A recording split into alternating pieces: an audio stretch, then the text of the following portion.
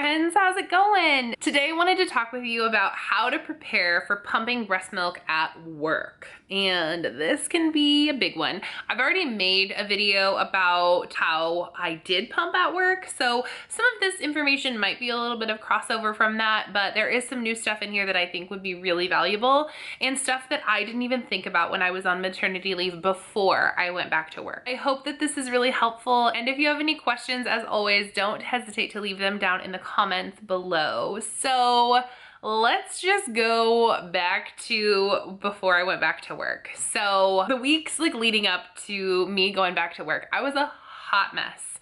Hot mess. Backing up even further, when Delilah was little, I knew I was going back to work. I had to go back to work to survive. We were young, we were not even out of college yet, and I had to work to make money. We both had to work to make money to live. This time, I went back to work mostly because it was my choice and I feel that teaching is my calling and my vocation, that kind of thing. I went back to work because I needed to be fulfilled this time. So in my mind, I don't know if you guys get this like I do, but mom guilt just kills me sometimes. It just kills me. So Harrison was like 4 months old when I went back to work, which is actually not that young because in the United States, if you're not living here, most maternity leave is between 6 to 8 weeks, which is a really teeny little baby. But looking at my tiny little 4-month-old guy, and he was not a big baby. Harrison was 5 pounds, 12 ounces when he was born at 39 weeks. And yeah, he was just a tiny little nugget.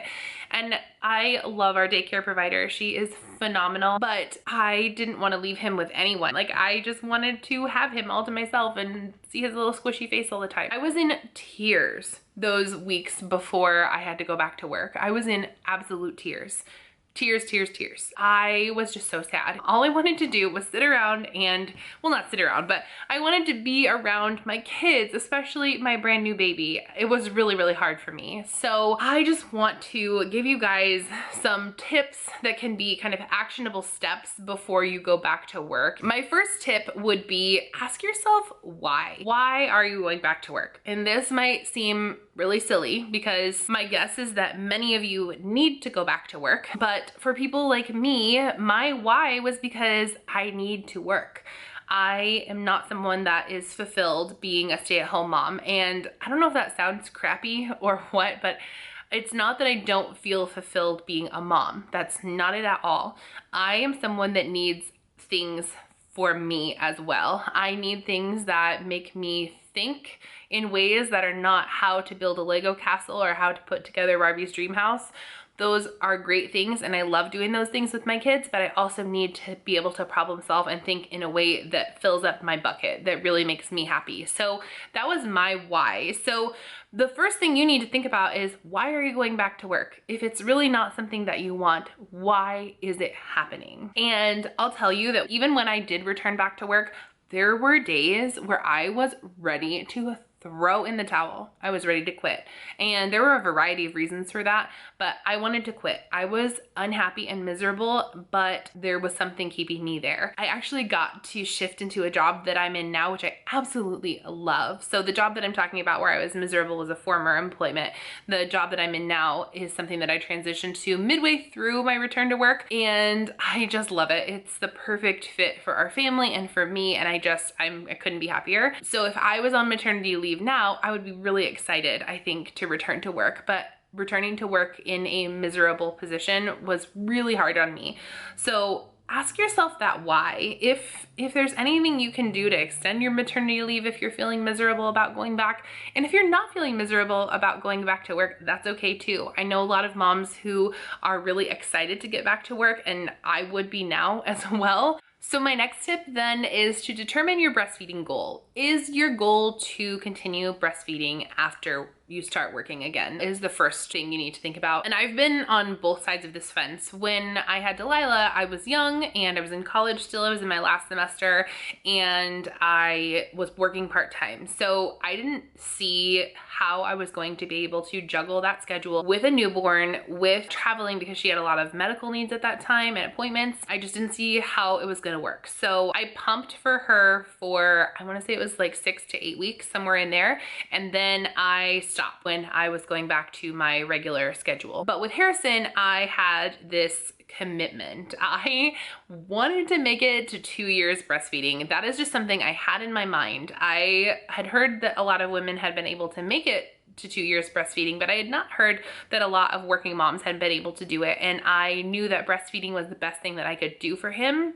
And I wanted to do that as long as I could. So I made that my breastfeeding goal from the get-go, like from the time that he was in my belly. I wanted to make that my goal for sure. And a lot of moms say that yes, they for sure want to breastfeed when they go back to work. But especially I think first-time moms don't necessarily consider the details. And if you're a first-time mom and that's not true for you, that's absolutely fine. But I think that if you are a first-time mom, thinking about breastfeeding and actually breastfeeding and pumping and working is different than when you're just kind of thinking about it and envisioning how it will go. So I hope that's not insulting to anybody, but that's just something that I have learned as a second-time mom. So there are questions that you can ask yourself, like how do you plan to feed your baby? And that's a big one. So do you plan to breastfeed only? Like, are you gonna have someone bring the baby to you or go home on your lunch break or something like that? Or are you going to be expressing and using a bottle? Or do you plan to nurse your baby while you're around and then maybe supplement with formula when you're at work? Is that something that you're planning to do?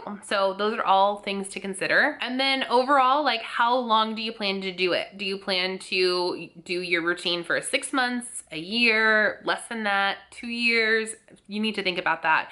By setting a goal up front, you really commit to this goal. I think that goal setting is important with anything, but especially with something that can be as physically taxing and as emotionally draining as pumping and nursing at work. Also, while you're setting this goal, I would recommend having a backup plan. Like, what are you comfortable with if this doesn't work out? If you are too crazy exhausted and you're getting sick all the time, what's your backup plan? What are you going to do if you're not able to pump at work or whatever the plan is that you've come up with? And then the third tip that I have for all moms who are returning back to work and have already kind of set their pumping goals or their breastfeeding goals is to gather your supplies. And these are things that maybe are for both mom and baby. And so I've kind of put together a list. I actually had a checklist. I've been thinking about making it available to everyone. If you guys are interested in that, I could make it as just a free download and you could check it out. So if that's something that you would be interested in, let me know. If you would like a returning to work checklist,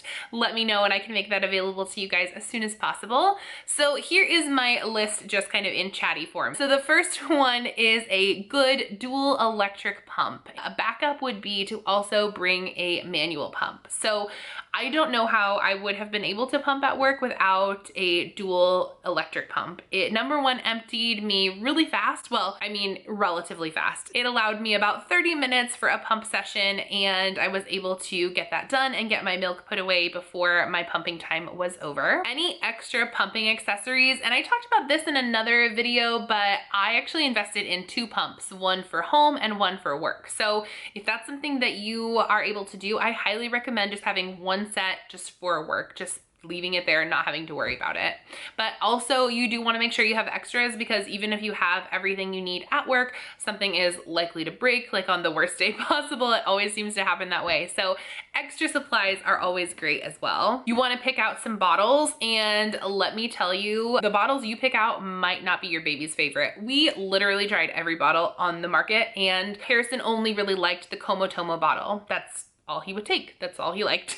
Picking out a bottle, but not being super like frustrated if it doesn't work out and being willing to try other bottles as well. You're going to need both a cooler bag and a pump bag. So if you're gonna be taking a pump back and forth to work, this pump bag is to carry your pump and the cooler is to take your milk home to your sweet baby. You're gonna need a pumping bra and a nursing bra. And I actually did a video on my favorite nursing bras. So if you wanna check those out, I had 5 different nursing bras that I kind of had in a rotation. And then I will also leave a link down below to my favorite pumping bra. You can pick it up on Amazon or you can pick it up in store, I think, but I'll have to check on that. You're gonna want to acquire pump-friendly work clothes, and this is just part of the game. I did a lot of V-necks, I did a lot of the like crossover tops, I did a lot of dresses with like stretchier tops, those things. Anything that I could breastfeed Harrison in that I might wear to like a semi-formal event are great things to pump in as well at work. I also invested in Ziploc bags and or wet wet bags to keep my pump parts in between sessions. I also did hand sanitizer, and I downloaded a pumped breast milk tracker so that I knew how many ounces I was making,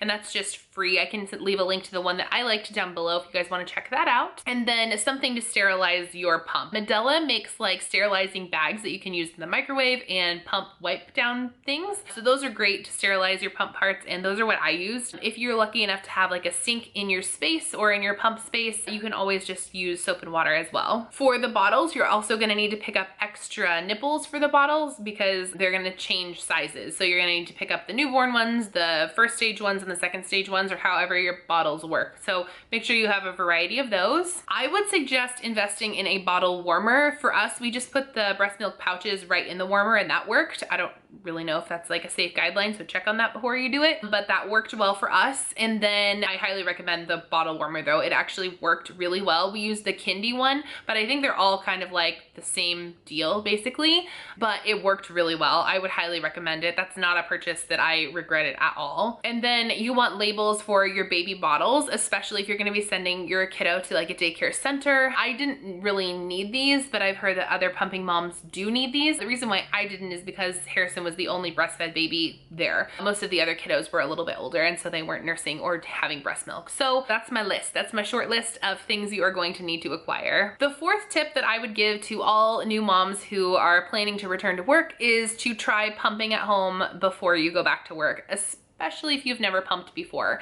I had pumped before, but it had been a really long time. My oldest was 8 when my son was born, so it had been like a good span of time since I had pumped, and so I needed to just give it a go and see how everything worked. I did have a few hiccups. I had to figure out what setting I liked, what setting wasn't painful, if I wanted to use the letdown feature or if I wanted to use the express feature. There was just so many things to try out. I also recommend if you have a variety of pumps, like if you have an electric one and a manual one that you plan on using, try those both out before you go to work. You don't want to get to work and be crying in your pump room when your pump either isn't working, maybe you got one that's like a bad one, or if you just are having trouble operating it. So make sure you try it out before you get back to work. The next tip that I would say is to start a freezer stash and get it organized.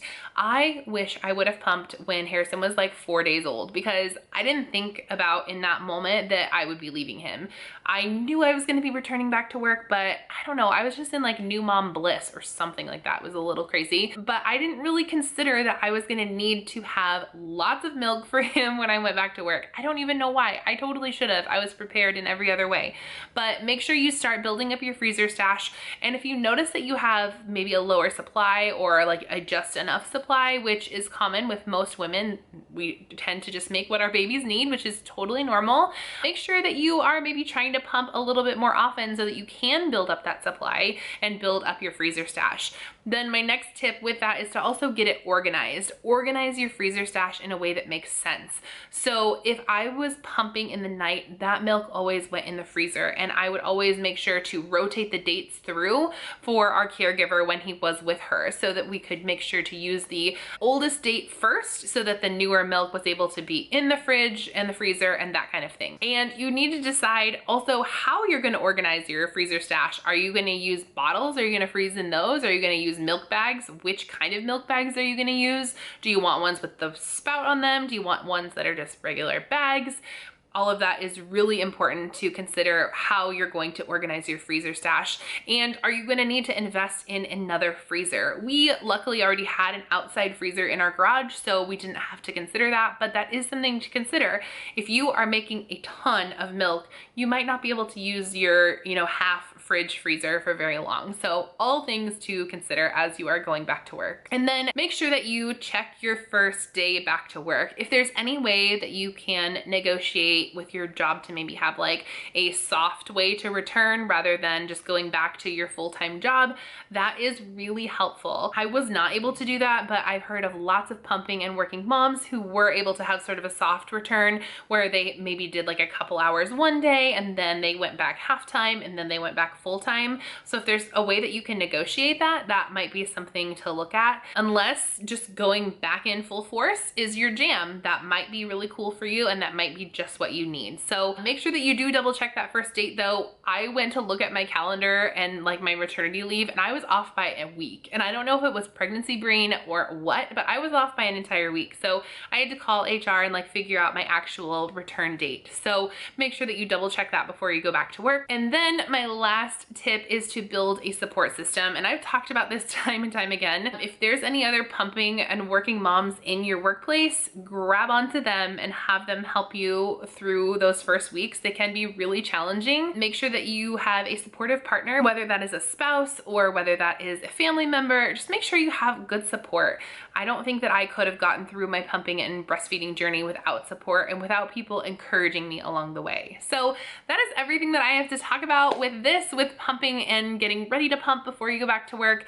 If any of you gals are currently on maternity leave, feel free to leave that down below. If you have any concerns or questions about breastfeeding and working or like how that all goes, feel free to let me know. I can be a pretty good resource. I'm not an expert. I'm definitely not a lactation consultant, but I am a mom who's worked and I did breastfeed for 2 years. So I feel like I'm a pretty good resource to ask questions. If I don't know the answer also, I'll get it for you. Trust me, I'll find it. So that's everything I have for you today. If you are new here, welcome. My name is Caitlin and this is Beans and Monkeys. If you are enjoying what you see, feel free to hit that red subscribe button down below. And if you are one of my current subscribers, thank you again so much for being here. I appreciate and love all of you so very much. But if you would like to, make sure you hit that bell notification so that you get notified every single time I post a video. If you want to connect with me outside of YouTube, feel free to find me over on Twitter, Instagram, and Facebook. All that information is down in the description box below. And by the way, you guys, have fun today.